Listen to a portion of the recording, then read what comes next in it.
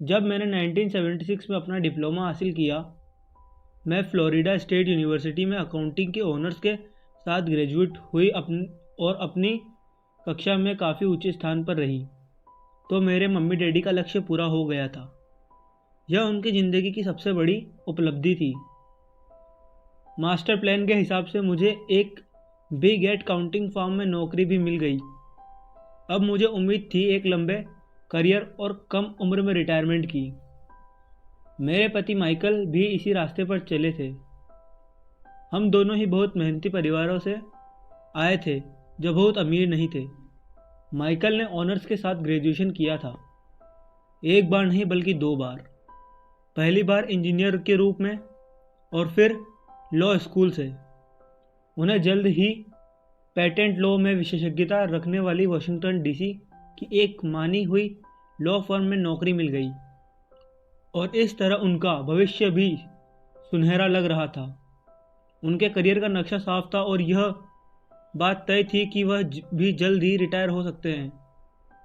हालांकि हम दोनों अपने करियर में सफल रहे, परंतु हम जो सोचते थे हमारे साथ ठीक वैसा ही नहीं हुआ।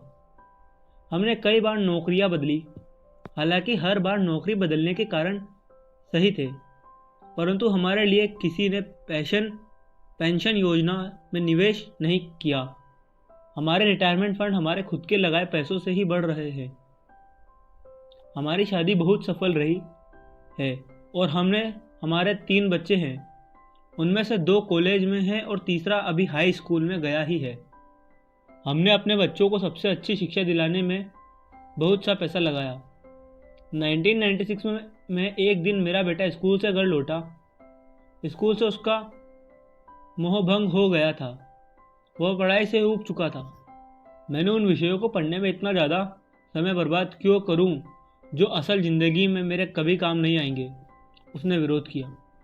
बिना सोचे विचारे ही मैंने जवाब दिया, क्योंकि अगर तुम्हारे अच्छे नंबर नहीं आए तो तुम्हें कभी कॉलेज नहीं जा पाओगे, चाहे मैं कॉलेज जाऊं या ना जाऊं।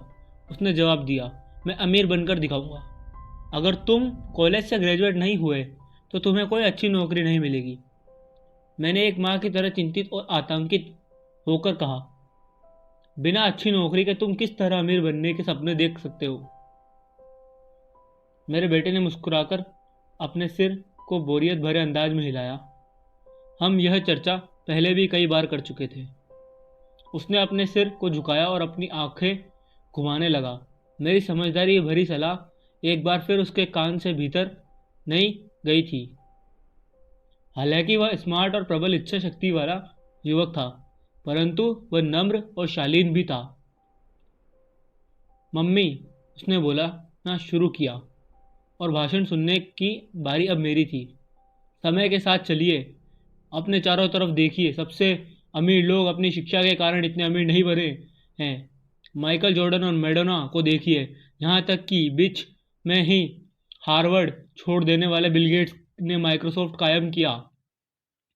आज वे अमेरिका के सबसे अमीर व्यक्ति हैं और अभी उनकी उम्र भी 30 से 40 के बीच ही है। और उस बेसबॉल पिचर के बारे में तो आपने सुना ही होगा, जो हर साल $40 लाख से ज़्यादा कमाता है, जबकि उस पर दिमागी तौर पर कमज़ोर होने का लेबल लगा हुआ है। हम दोनों काफ़ी समय तक चुप रहे। अब मुझे यह समझ में आने लगा था कि मैं अपने बच्चे को वही सलाह दे रही थी जो मेरे माता पिता ने मुझे दी थी। हमारे चारों तरफ की दुनिया बदल रही है, परंतु हमारी सलाह नहीं बदलती। अच्छी शिक्षा और अच्छे ग्रेड हासिल करना अब सफलता की गारंटी नहीं है रह गए थे, और बच्चों के अलावा यह बात किसी की समझ में नहीं आई थी। मम्मी, उसने आगे कहा, मैं डैडी को और आपको कड़ी मेहनत नहीं कराना चाहता। आपको काफ़ी पैसे मिलते हैं और एक शानदार मकान में रहते हैं जिससे बहुत से कीमती सामान हैं। अगर मैंने आपकी सलाह मानूंगा तो मेरा हाल भी आपकी ही तरह होगा। मुझे भी ज़्यादा मेहनत करनी पड़ेगी ताकि मैं ज़्यादा टैक्स भर सकूं और कर्ज में डूब जाऊं। वैसे भी आज की दुनिया में नौकरी की सुरक्षा बची ही नहीं। मैं यह जानता हूँ कि छोटे और सही आकार की फर्म कैसे होती है। मैं यह भी जानता हूँ कि आज के दौर में कॉलेज के स्नातकों को कम तनख्वाह मिलती है, जबकि आपके ज़माने में उन्हें ज़्यादा तनख्वाह मिला करती थी। डॉक्टरों को देखिए, वे अब उतना पैसा नहीं कमाते जितना पहले कभी कमाया करते थे। मैं जानता हूँ कि मैं रिटायरमेंट के लिए सामाजिक सुरक्षा या कंपनी पेंशन पर भरोसा नहीं कर सकता। अपने सवालों के मुझे नए जवाब चाहिए। वह सही था, उसे नए जवाब चाहिए थे, और मुझे भी। मेरे माता पिता की सलाह उन लोगों के लिए सही हो सकती थी जो 1945 के पहले पैदा हुए थे, पर यह उन लोगों के लिए विनाशकारी साबित हो सकती थी जिन्होंने तेजी से बदल रही दुनिया में जन्म लिया था। अब मैं अपने बच्चों से यही सीधी सी बात नहीं कर सकती थी, स्कूल जाओ, अच्छे ग्रेड हासिल करो और किसी सुरक्षित नौकरी की तलाश करो। मैं जानती थी कि मुझे अपने बच्चों की शिक्षा को सही दिशा देने के लिए नए तरीके की खोज करनी होगी। एक माँ और एक अकाउंटेंट होने के नाते मैं इस बात से परेशान थी कि स्कूल में बच्चों को धन संबंधी शिक्षा या वित्तीय शिक्षा नहीं दी जाती। हाई स्कूल खत्म होने से पहले ही आज के युवकों के पास अपना क्रेडिट कार्ड होता है। यह बात अलग है कि उन्होंने कभी धन संबंधी पाठ्यक्रम में भाग नहीं लिया होता है और उन्हें यह भी नहीं पता होता है कि इसे किस तरह निवेश किया जाता है। इस बात का ज्ञान तो दूर की बात है कि क्रेडिट कार्ड पर चक्रवृद्धि ब्याज की गणना किस तरह की जाती है। इसे आसान भाषा में कहें तो उन्हें धन संबंधी शिक्षा नहीं मिलती और यह ज्ञान भी नहीं होता कि पैसा किस तरह काम करता है। इस तरह वे उस दुनिया का सामना करने के लिए कभी तैयार नहीं हो पाते जो उनका इंतजार कर रही है। एक ऐसी दुनिया जिसमें बचत से ज़्यादा खर्च को महत्व दिया जाता है। जब मेरा सबसे बड़ा बेटा कॉलेज के शुरुआती दिनों में अपने क्रेडिट कार्ड को लेकर कर्ज में डूब गया तो मैंने उसके क्रेडिट कार्ड को नष्ट करने में उसकी मदद की।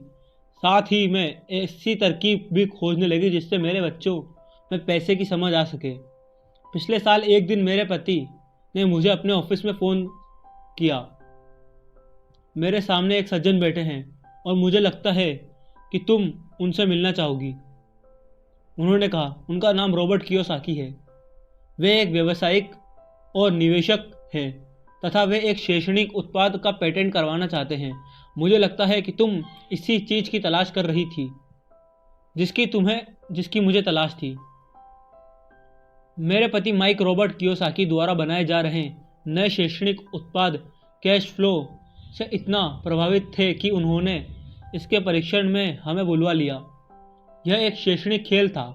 इसके लिए मैंने स्थानीय विश्वविद्यालय में पढ़ रही अपनी 19 वर्षीय बेटी से भी पूछा कि क्या वह मेरे साथ चलेगी और वह तैयार हो गई। इस खेल में हम लगभग 15 लोग थे जो 3 समूह में विभाजित थे। माइक सही थे। मैं इसी तरह के शैक्षणिक उत्पाद की खोज कर रही थी। यह किसी रंगीन मोनोपोली बोर्ड की तरह लग रहा था जिसके बीच में एक बड़ा सा चूहा था, परंतु मोनोपोली से यह इस तरह अलग था कि इसमें 2 रास्ते थे, एक अंदर और दूसरा बाहर। खेल का लक्ष्य था अंदर वाले रास्ते से बाहर निकलना, जिसे रॉबर्ट चूहा दौड़ कहते थे, और बाहरी रास्ते पर पहुंचना या तेज रास्ते पर जाना। रॉबर्ट के मुताबिक तेज रास्ता हमें यह बताता है कि असल जिंदगी में अमीर लोग किस तरह पैसे का खेल खेलते हैं। रॉबर्ट ने हमें चूहा दौड़ के बारे में बताया। अगर आप किसी भी औसत रूप से शिक्षित, कड़ी मेहनत करने वाले आदमी की ज़िंदगी को देखें तो उसमें आपको एक सा ही सफ़र दिखेगा। बच्चा पैदा होता है, स्कूल जाता है, माता पिता खुश हो जाते हैं क्योंकि बच्चे को स्कूल में अच्छे नंबर मिलते हैं और उसका दाखिला कॉलेज में हो जाता है। बच्चा स्नातक हो जाता है और फिर योजना के अनुसार काम करता है। वह किसी आसान सुरक्षित नौकरी या करियर की तलाश करता है। बच्चे को ऐसा ही काम मिल जाता है, शायद वह डॉक्टर या वकील बन जाता है, या वह सेना में भर्ती हो जाता है, या फिर वह सरकारी नौकरी करने लगता है। बच्चा पैसा कमाने लगता है, उसके पास थोक में क्रेडिट कार्ड आने लगते हैं, और अगर अब तक उसने खरीदी करना शुरू नहीं किया, तो अब जमकर खरीदी शुरू हो जाती है। खर्च करने के लिए पास में होते हैं पैसे, तो वह उन जगहों पर जाता है जहां उसकी उम्र के ज़्यादातर नौजवान जाते हैं, लोगों से मिलते हैं, डेटिंग करते हैं और कभी कभार शादी भी कर लेते हैं। अब ज़िंदगी में मज़ा आ जाता है, क्योंकि आजकल पुरुष और महिलाएं दोनों नौकरी करते हैं। दो तनख्वाह बहुत सुखद लगती है। पति पत्नी दोनों को लगता है कि उनकी ज़िंदगी सफल हो गई है। उन्हें अपने भविष्य का सुनहरा नज़र आ जाता है। अब वे घर, कार, टेलीविज़न खरीदने का फैसला करते हैं, छुट्टियां मनाने कहीं चले जाते हैं और फिर उनके बच्चे हो जाते हैं। बच्चों के साथ उनके खर्च भी बढ़ जाते हैं। खुशहाल पति पत्नी सोचते हैं कि ज़्यादा पैसा कमाने के लिए अब उन्हें ज़्यादा मेहनत करनी चाहिए। उनका करियर अब उनके लिए पहले से ज़्यादा मायने रखता है। वे अपने काम में ज़्यादा मेहनत करने लगते हैं ताकि उन्हें प्रमोशन मिल जाए, उनकी तनख्वाह बढ़ जाए। तनख्वाह बढ़ती है, पर उसके साथ ही दूसरा बच्चा पैदा हो जाता है। अब उन्हें एक बड़े घर की ज़रूरत महसूस होती है। वे नौकरी में और भी ज़्यादा मेहनत करते हैं, बेहतर कर्मचारी बन जाते हैं और ज़्यादा मन लगाकर काम करने लगते हैं। ज़्यादा विशेषज्ञता हासिल करने के लिए वे एक बार फिर किसी स्कूल में जाते हैं ताकि वे ज़्यादा पैसे कमा सकें। हो सकता है कि वे दूसरा काम भी खोज ले। उनकी आमदनी बढ़ जाती है, परंतु उस आमदनी पर उन्हें इनकम टैक्स भी चुकाना पड़ता है। यही नहीं, उन्होंने जो बड़ा घर खरीदा है उस पर भी टैक्स देना होगा। इसके अलावा उन्हें सामाजिक सुरक्षा का टैक्स तो चुकाना ही है। इसी तरह बहुत से टैक्स चुकाते चुकाते उनकी तनख्वाह चुक जाती है। वे अपनी बड़ी हुई तनख्वाह लेकर घर आते हैं और हैरान होते हैं कि इतना सारा पैसा आखिर कहाँ चला जाता है। भविष्य के लिए बचत के हिसाब से वे कुछ म्यूचुअल फंड्स भी खरीद लेते हैं और अपने क्रेडिट कार्ड से घर का किराना खरीदते हैं। उनके बच्चों की उम्र अब 5 या 6 साल हो जाती है। यह चिंता भी उन्हें सताने लगती है कि बच्चे को कॉलेज की शिक्षा के लिए बचत जरूरी है। इसके साथ ही उन्हें रिटायरमेंट के लिए पैसे बचाने की चिंता भी सताने लगती है। 35 साल पहले पैदा हुए यह खुशहाल दंपत्ति अब अपनी नौकरी के बाकी दिन चूहा दौड़ में फंसकर बिताते हैं। वे अपनी कंपनी के मालिकों के लिए काम करते हैं, सरकार को टैक्स चुकाने के लिए काम करते हैं और बैंक में अपनी गिरवी संपत्ति तथा क्रेडिट कार्ड के कर्ज चुकाने के लिए काम करते हैं। फिर वे अपने बच्चे को यह सलाह देते हैं कि उन्हें मन लगाकर पढ़ना चाहिए, अच्छे नंबर लाने चाहिए और किसी सुरक्षित नौकरी की तलाश करनी चाहिए। वे पैसे के बारे में कुछ भी नहीं सीखते और इसलिए वे जिंदगी भर कड़ी मेहनत करते रहते हैं। यह प्रक्रिया पीढ़ी दर पीढ़ी चलती रहती है। इसे चूहा दौड़ कहते हैं। चूहा दौड़ से निकलने का एक ही तरीका है और वह यह है कि आप अकाउंट्स और इन्वेस्टमेंट दोनों क्षेत्र में निपुण हो जाएं।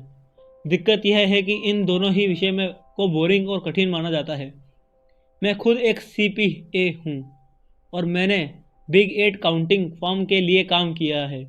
मुझे यह देखकर ताज्जुब हुआ कि रॉबर्ट ने इन दोनों बोरिंग और कठिन विषयों को सीखना कितना रोचक, सरल और रोमांचक बना दिया है।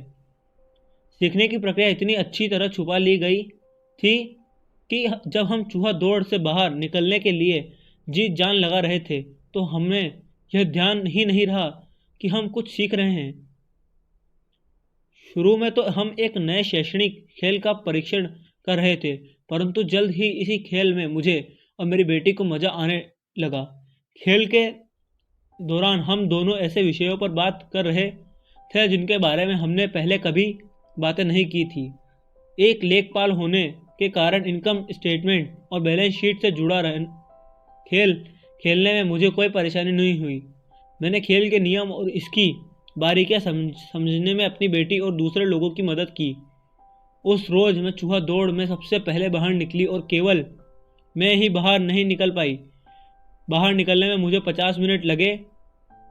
हालांकि खेल लगभग 3 घंटे तक चला। मेरी टेबल पर एक बैंकर बैठा था, इसके अलावा एक व्यवसायी था और एक कंप्यूटर प्रोग्रामर भी था। मुझे यह देखकर बहुत हैरत हुई कि इन लोगों को अकाउंटिंग या इन्वेस्टमेंट के बारे में कितनी कम जानकारी है, जबकि यह विषय उनकी ज़िंदगी में कितना ज़्यादा अहमियत रखते हैं। मेरे मन में यह सवाल भी उठा रहा था कि वे असल ज़िंदगी में अपने पैसे धेले के कारोबार को कैसे संभालते होंगे। मैं यह समझ सकती थी कि मेरी 19 साल की बेटी क्यों नहीं समझ सकती, पर ये लोग तो उससे दुगनी उम्र के थे और उन्हें ये बातें समझने में आनी चाहिए थी। सुबह दौड़ से बाहर निकलने के बाद मैं 2 घंटे तक अपनी बिटिया और इन शिक्षित अमीर व्यवसायिकों को पास फेंकते और अपना बाजार फैलाते देखती रही। हालांकि मैं खुश थी कि वे लोग कुछ नया सीख रहे थे, लेकिन मैं इस बात से परेशान और विचलित थी कि वयस्क लोग सामान्य अकाउंटिंग और इन्वेस्टमेंट के मूलभूत बिंदुओं के बारे में कितना कम जानते थे। उन्हें अपने इनकम स्टेटमेंट और अपनी बैलेंस शीट के आपसी संबंध और समझने में ही बहुत समय लगा। अपनी संपत्ति खरीदते और बेचते समय उन्हें ध्यान ही नहीं रहा कि हर सौदे में उन्हें उनकी महीने की आमदनी पर असर पड़ रहा है। मैंने सोचा असल ज़िंदगी में ऐसे करोड़ों लोग होंगे जो पैसे के लिए सिर्फ इसलिए परेशान हो रहे हैं क्योंकि उन्हें दोनों विषय कभी पढ़े ही नहीं। मैंने मन में सोचा, भगवान का शुक्र है कि हमें मज़ा आ रहा है और हमारा लक्ष्य खेल में जीतना है। जब खेल ख़त्म हो गया तो रॉबर्ट ने हमें 15 मिनट तक कैश फ्लो पर चर्चा करने और इसकी समीक्षा करने के लिए कहा। मेरी टेबल पर बड़े व्यवसायी खुश नहीं थे, उसे खेल पसंद नहीं आया था। मुझे यह सब जानने की कोई ज़रूरत नहीं है, उसने ज़ोर से कहा। मेरे पास इन सब के लिए अकाउंटेंट, बैंकर और वकील हैं जिन्हें यह सब मालूम है। रॉबर्ट का जवाब था, क्या आपने गौर किया है कि ऐसे बहुत से अकाउंटेंट हैं जो अमीर नहीं हैं, और यही हाल बैंकर्स, वकीलों, स्टॉक ब्रोकर्स और रियल एस्टेट ब्रोकर्स का भी है। वे बहुत कुछ जानते हैं और प्राय वे लोग स्मार्ट होते हैं, परंतु उनमें से ज़्यादातर अमीर नहीं होते। चूँकि हमारे स्कूल हमें वह सब नहीं सिखाते जो अमीर लोग जानते हैं, इसलिए हम इन लोगों से सलाह लेते हैं। परंतु एक दिन जब आप किसी हाईवे पर कार से जाते हैं, आप ट्रैफिक जाम में फंस जाते हैं, आप बाहर निकलने के लिए छटपटाते हैं। जब आप अपनी दाईं तरफ देखते हैं तो वहां आप देखते हैं कि आपका अकाउंटेंट भी उसी ट्रैफिक में जाम फंसा हुआ है। फिर आप अपनी बाईं तरफ देखते हैं और आपको वहां आपका बैंकर भी उसी हाल में नज़र आता है। इससे आपको हालात का अंदाज़ा हो जाएगा। कंप्यूटर प्रोग्रामर भी इसी खेल से प्रभावित नहीं हुआ था। यह सीखने के लिए सॉफ्टवेयर खरीद सकता हूँ। बैंकर जरूर प्रभावित हुआ था। मैंने स्कूल में अकाउंटिंग सीखी थी, परंतु मैं अब तक यह नहीं समझ पाया था कि इसे असल ज़िंदगी में किस तरह से काम लिया जाए। अब मैं समझ गया हूँ। मुझे चूहा दौड़ से बाहर निकलने के लिए खुद को तैयार करने की ज़रूरत है। परंतु मेरी पुत्री के विचारों में सबसे ज़्यादा रोमांचिक हुई। उसने कहा, मुझे सीखने में बड़ा मज़ा आया। मैंने इस बारे में बहुत कुछ सीखा कि पैसा असली में किस तरह काम करता है और इसका निवेश किस तरह करना चाहिए।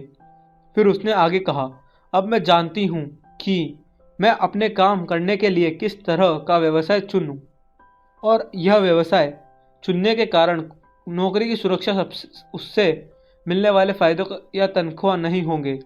अगर मैं इस खेल में सिखाई जाने वाली बातें सीख जाती हूँ तो मैं कुछ भी करने के लिए आज़ाद हूँ, और वह सीखने के लिए आज़ाद हूँ जो दिल में सीखना चाहती हूँ। अभी तक मुझे उस चीज़ को सीखना पड़ता था जिसे से मुझे नौकरी पाने में मदद मिले।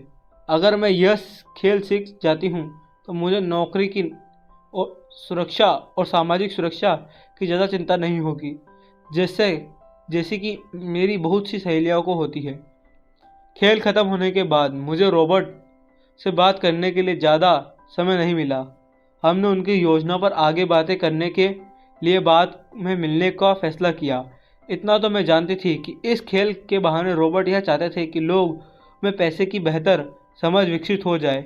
यही कारण था कि मैं उनकी योजनाओं के बारे में ज़्यादा जानने के लिए उत्सुक थी। मेरे पति और मैंने रॉबर्ट और उनकी पत्नी के साथ अगले हफ्ते डिनर मीटिंग रख ली। हालांकि यह हमारा पहला सामाजिक मेल जोल था, फिर भी हमें ऐसा महसूस हो रहा था जैसे हम एक दूसरे को बरसों से जानते हो। हमने पाया कि हमें बहुत सी बातें एक जैसी है। हमने बहुत से विषयों पर बातें की, खेलों, नाटकों, रेस्तराओं और सामाजिक आर्थिक विषयों पर। हमने बदलती हुई दुनिया के बारे में भी बातें की। हमने इस मुद्दे पर बहुत समय तक विचार किया कि ज़्यादातर अमेरिकी कैसे अपने रिटायरमेंट के लिए बहुत कम पैसा बचा पाते हैं या बिल्कुल भी नहीं बचा पाते।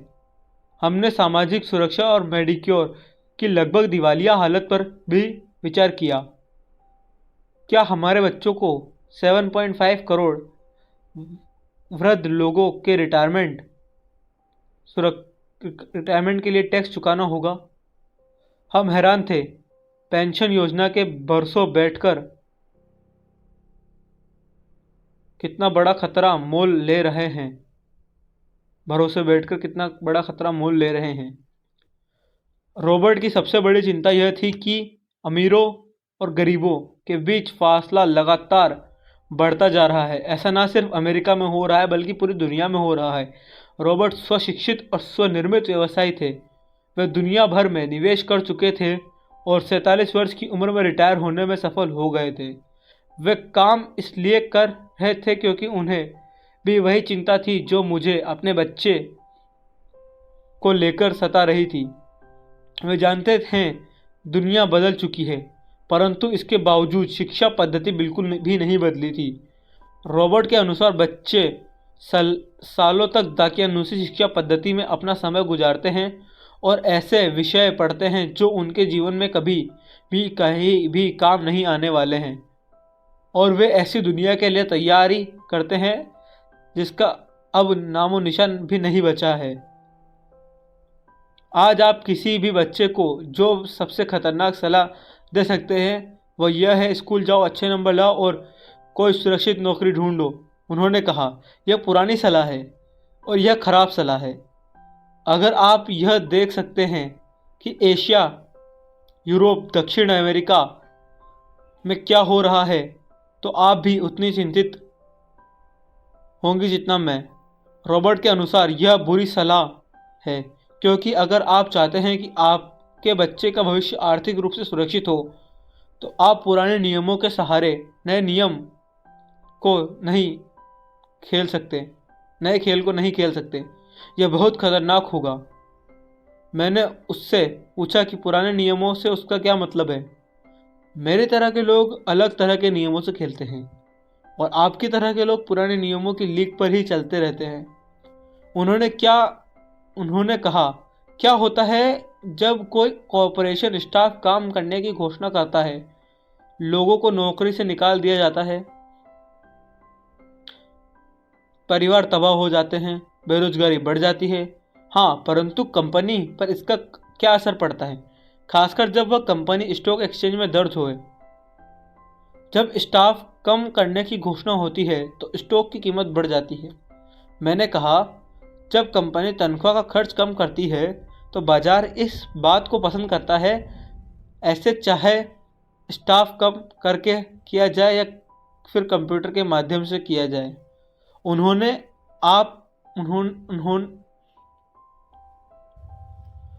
कहा, आप ठीक कह रही हैं।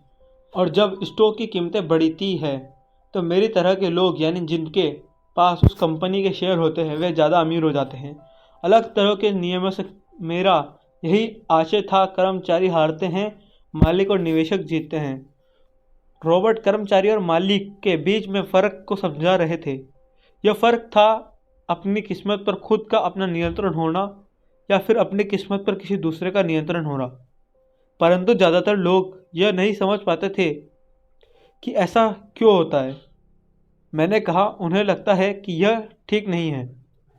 उसका जवाब था, इसलिए तो बच्चों को यह कहना मूर्खता है, अच्छी शिक्षा प्राप्त करो। यह सोचना मूर्खता है कि स्कूलों में दी जा रही शिक्षा से बच्चे उस दुनिया का सामना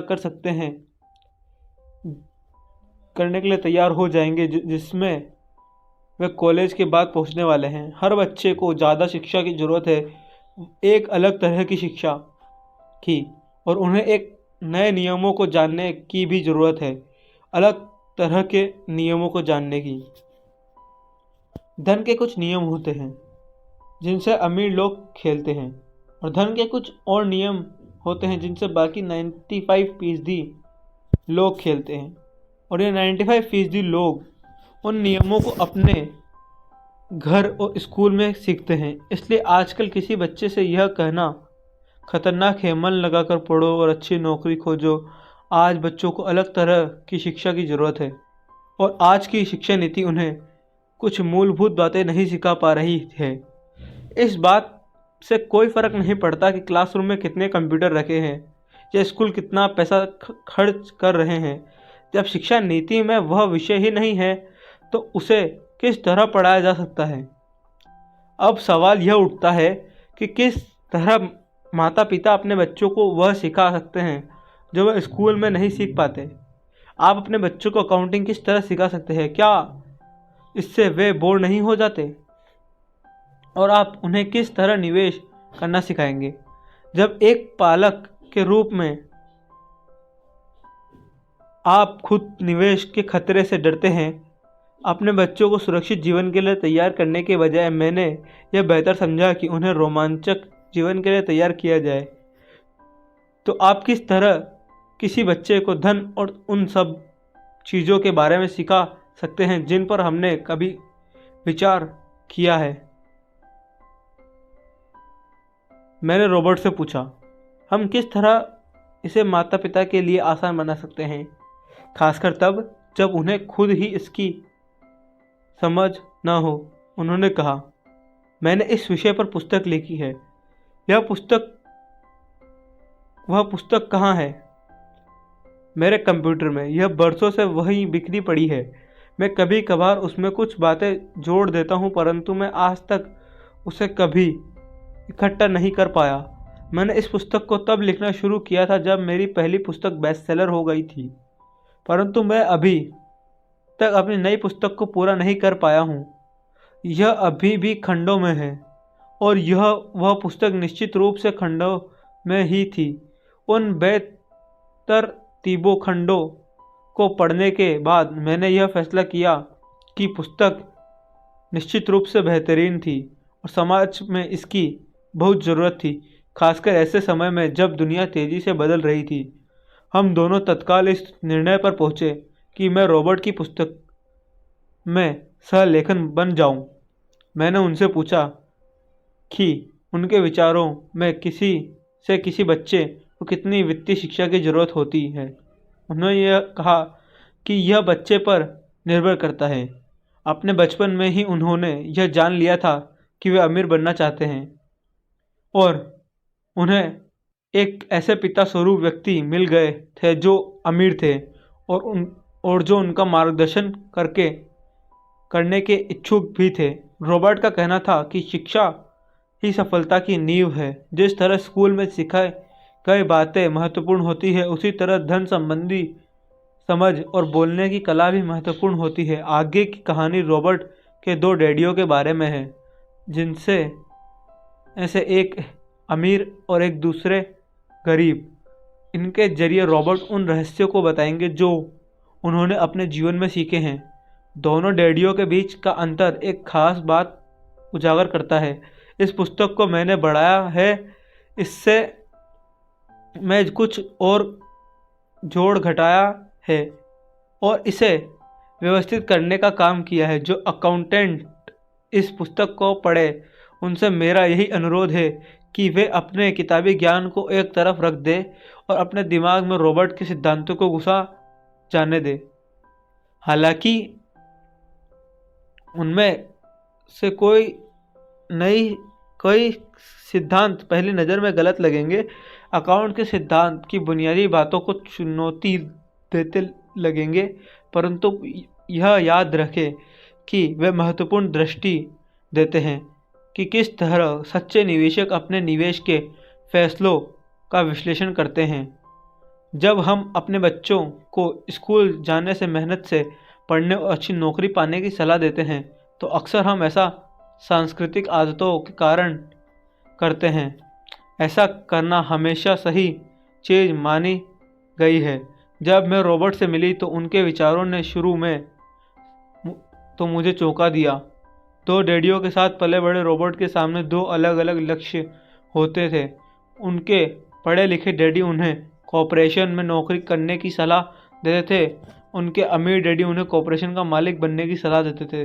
दोनों ही कामों में शिक्षा की जरूरत थी, परंतु पढ़ाई के विषय बिल्कुल अलग अलग थे। पढ़े लिखे डैडी रॉबर्ट को स्मार्ट बनने के लिए प्रोत्साहित करते थे। अमीर डैडी रॉबर्ट को यह जानने के लिए प्रोत्साहित करते थे कि किस तरह स्मार्ट लोगों की सेवाएं ली जाए। दो डैडियों के कहने में कई समस्याएं पैदा हुई। रॉबर्ट के असली डैडी हवाई राज्य के में शिक्षा प्रमुख थे। जब रॉबर्ट 16 साल के हुए तो उन्हें इस बात की कोई खास चिंता नहीं सता रही थी कि अगर तुम्हें अच्छे नंबर नहीं मिले तो तुम्हें कोई अच्छी नौकरी नहीं मिलेगी। वे पहले से ही जानते थे कि उनके करियर का लक्ष्य था कॉरपोरेशन का मालिक बनना, ना कि उसमें नौकरी करना। सच तो यह है कि अगर हाई स्कूल में समझदार और मेहनती परामर्शदाता नहीं मिला होता तो रॉबर्ट कभी कॉलेज नहीं गए होते। वे इस बात को मानते हैं, वे दौलत कमाने के लिए बेताब थे, परंतु आखिरकार मान ही गए कि कॉलेज की शिक्षा से भी उन्हें फ़ायदा हो सकता। दरअसल इस पुस्तक में दिए गए विचार शायद बहुत से माता पिताओं को क्रांतिकारी, अतिशयोक्तिपूर्ण लगेंगे। कई लोग को वो तो अपने बच्चों को स्कूल में रखने में ही काफ़ी मेहनत करनी पड़ रही है, परंतु बदलते हुए समय को देखते हुए हमें नए और जोखिम भरे विचारों की तरफ ध्यान देने की ज़रूरत है। अपने बच्चों को कर्मचारी बनाने की सलाह देने का मतलब यह है कि हम उन्हें ज़िंदगी भर अपनी खून पसीने की कमाई से इनकम टैक्स व और भी जाने कितने टैक्स चुकाने की सलाह देते हैं, और इसके बाद भी पेंशन की कोई गारंटी नहीं होती। और यह सच है कि आज के ज़माने में टैक्स किसी व्यक्ति का सबसे बड़ा खर्च है। हकीकत में ज़्यादातर परिवार तो जनवरी से आधी मई तक सिर्फ अपने टैक्स चुकाने के लिए ही सरकार की नौकरी करते हैं। आज नए विचारों की बहुत ज़रूरत है और यह पुस्तक हमें नए विचार देती है। रॉबर्ट का दावा है कि अमीर लोग अपने बच्चों को अलग तरह की शिक्षा देते हैं। वे अपने बच्चों को घर पर सिखाते हैं, डिनर टेबल पर। हो सकता है कि यह विचार वे न हो जिन पर आप अपने बच्चों के साथ बातें करते हो, परंतु उन पर नज़र डालने के लिए धन्यवाद। और मैं आपको सलाह देती हूँ कि आप खोज करते हैं। एक माँ और एक सीपीए होने के नाते मैं तो यही सोचती हूँ कि अच्छे नंबर लाना और एक बढ़िया नौकरी पा लेना एक पुराना विचार है। हमें अपने बच्चों को नए तरह के विचार देने होंगे। हमें उन्हें अलग तरह की शिक्षा देनी होगी। शायद हम अपने बच्चों को यह सिखाएं कि अच्छे कर्मचारी होने के साथ साथ वे अपना खुद का निवेश कॉरपोरेशन भी खोल सकें। दोनों का यह तालमेल बढ़िया रहेगा। एक माँ होने के नाते मुझे उम्मीद है कि यह पुस्तक सभी अभिभावकों के लिए फ़ायदेमंद होगी। रॉबर्ट लोगों को यह बताना चाहते हैं कि कोई भी व्यक्ति अगर ठान ले तो अमीर बन सकता है। अगर आप एक माली का गेट कीपर है या पूरी तरह बेरोजगार हैं तो भी आप में खुद को और अपने परिवार के लोगों को धन संबंधी बातें सिखाने की काबिलियत है। यह याद रखें कि धन संबंधी बुद्धि वह दिमागी तरीका है जिससे आप अपनी धन संबंधी समस्या को सुलझाते हैं। आज हम ऐसे विषय पर तकनीकी परिवर्तन का सामना कर रहे हैं जिनका सामना हमने आज से पहले कभी नहीं किया। किसी के पास भी जादू की पुड़िया नहीं है, परंतु एक बात तो तय है, ऐसे परिवर्तन हमारे आने वाले समय में जो हमारे यथार्थ से परे हैं। कौन जाने भविष्य हमारे लिए क्या लाता है, पर जो भी हो हमारे पास दो मूलभूत विकल्प मौजूद हैं। या तो हम सुरक्षा की राह पर चले या फिर एक स्मार्ट बनकर खुद को धन संबंधी क्षेत्र में शिक्षित करें और अपने बच्चों को धन संबंधी प्रतिभा को जागृत करें। धन्यवाद।